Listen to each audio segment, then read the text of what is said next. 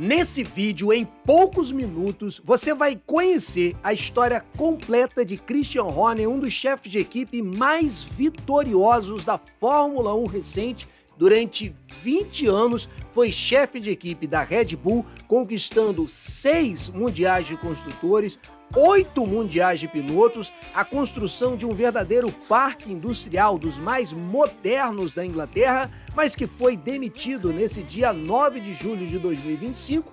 E nesse vídeo você vai conhecer de forma direta, simples, toda a história dele até antes de chegar na Fórmula 1 e todo o histórico dele junto à Red Bull. Bora para esse conteúdo.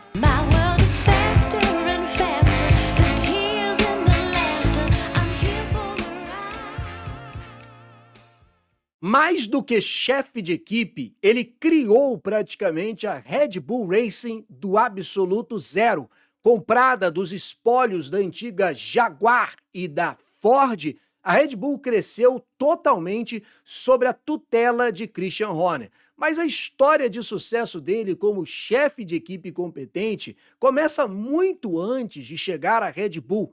Na verdade, Christian Horner começou a sua carreira como chefe de equipe depois de um sucesso muito breve como piloto nas categorias de base do automobilismo inglês.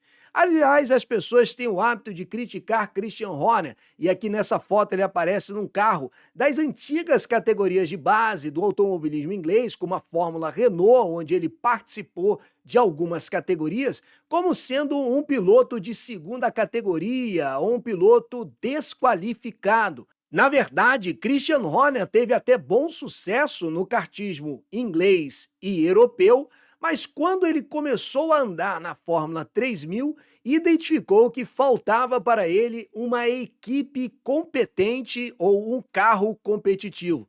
E a escolha dele, na verdade, foi se tornar o chefe de equipe e piloto do próprio time. E junto com seu irmão, montou a então Arden International, uma equipe que existe até hoje com o nome de Arden Motorsport, que é uma das mais vencedoras equipes do automobilismo de base europeu e internacional.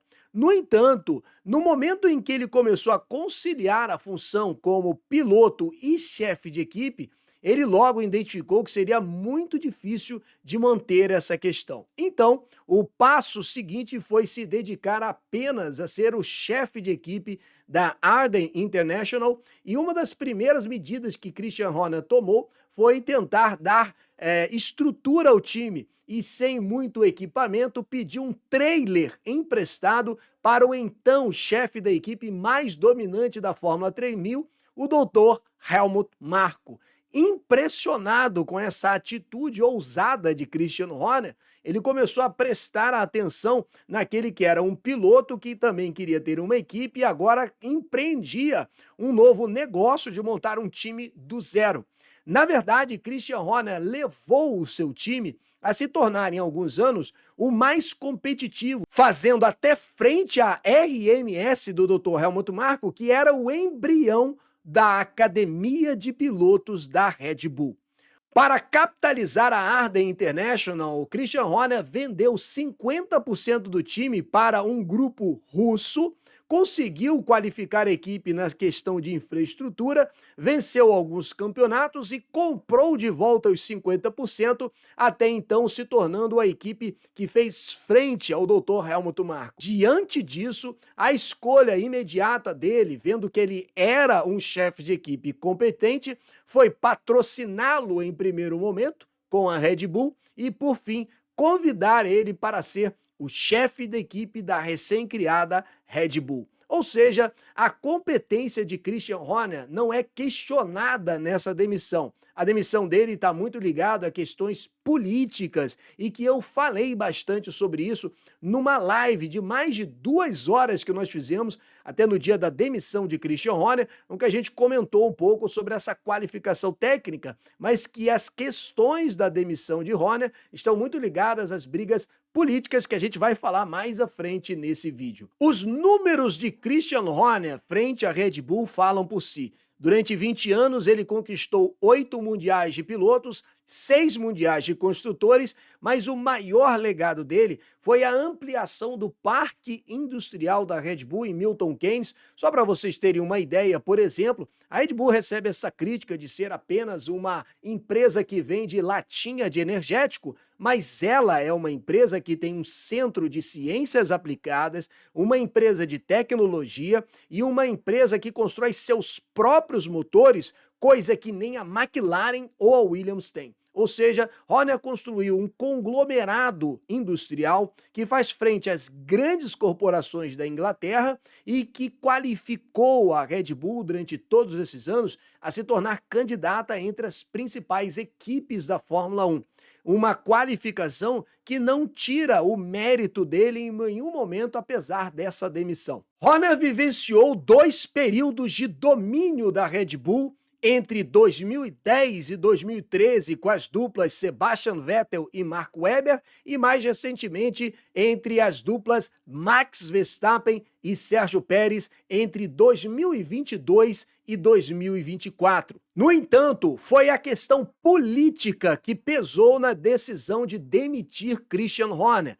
Desde 2022, a Red Bull começou a perder alguns personagens importantes entre os seus engenheiros, mas o ponto culminante disso tudo foi em fevereiro de 2024, quando notícias sobre o comportamento inapropriado de Christian Horner com uma funcionária que levou uma investigação interna, apesar dele ter sido absolvido, aquilo acabou de enfraquecê-lo frente àqueles que queriam a sua saída, dentre os quais Jos Verstappen, pai de Max Verstappen e representante legal do piloto junto à Red Bull.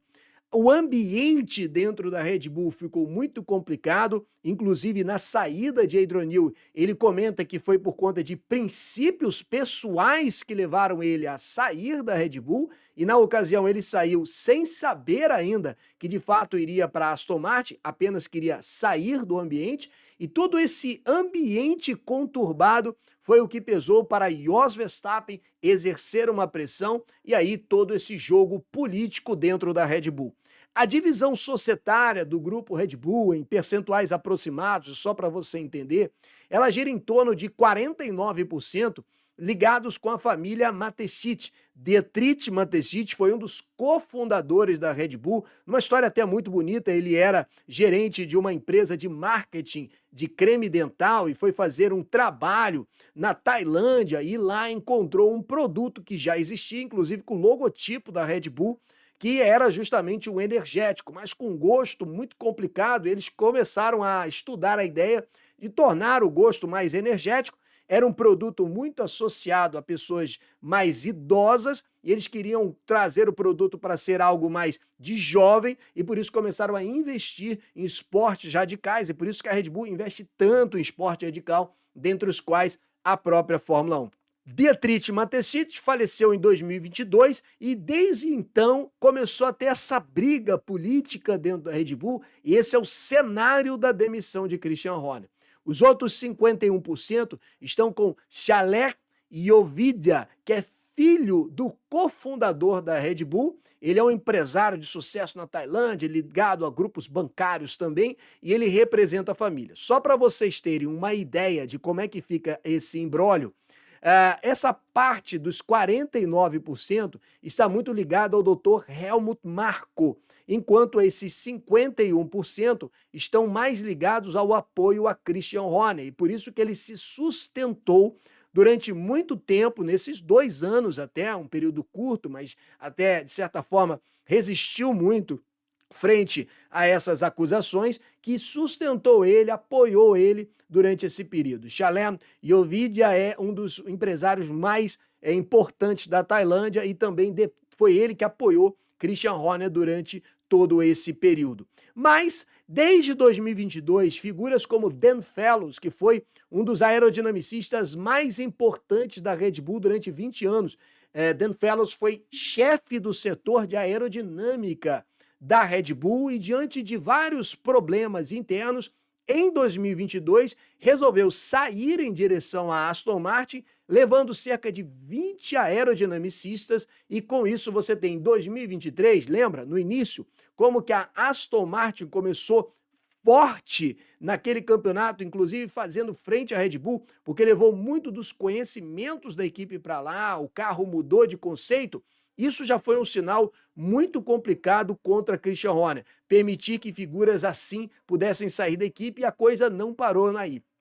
Depois teve a saída de Peter Prodomou, que se tornou um dos aerodinamicistas mais importantes do projeto da McLaren, porque ele já era um aerodinamicista importante dentro da Red Bull. Você deve lembrar dele nesse pódio do Grande Prêmio de Silverstone de 2025, primeiro pódio e único pódio até então de Nico Hülkenberg em terceiro lugar. É Peter Prodomou quem está no pódio recebendo o troféu pela McLaren, e ele era da equipe Red Bull. Também a saída de Bob Marshall, esse então uma perda fenomenal que a Red Bull acabou tendo para a McLaren, porque Bob Marshall é simplesmente o responsável por pegar o conceito que é apresentado por Adrian Newey e construir um carro efetivamente tangível, palpável, ou seja, pegar a ideia do conceito de Adrian Newey e traduzir efetivamente no carro. E ele se tornou engenheiro da McLaren, ou seja, dois engenheiros da Red Bull saindo de lá, indo para a McLaren, começando essa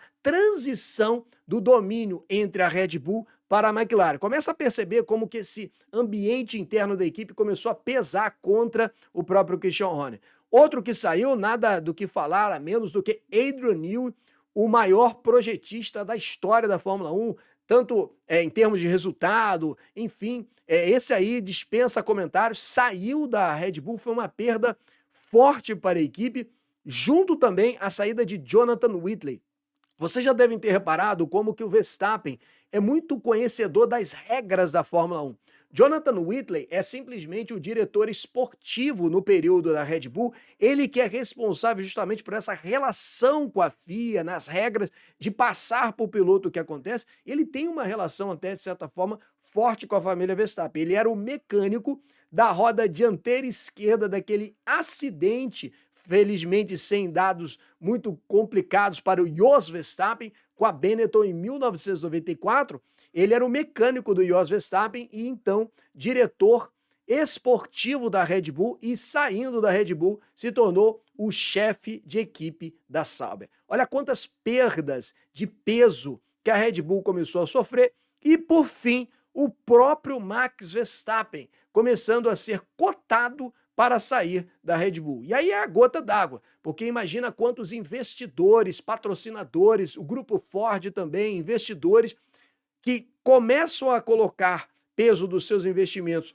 no grupo Red Bull por toda a sua estrutura, pelos engenheiros que estão lá, vendo todas essas pessoas saindo, vendo o piloto querendo sair. Isso aí foi o ponto, a gota d'água para a saída de Christian Horner. Ou seja, a história de Christian Horner, no ponto de vista da competência técnica, não é anulada, mas todos esses embrólios na parte política acabaram culminando para a saída daquele que foi o único até então chefe de equipe da Red Bull, praticamente uma equipe construída do zero por ele. Qual é a sua opinião sobre tudo isso? Coloca nos comentários, vou deixar na sua tela uma playlist com todos os vídeos do Fórmula Brum sobre a Red Bull na Fórmula 1 2025. Muito obrigado por assistir os nossos vídeos.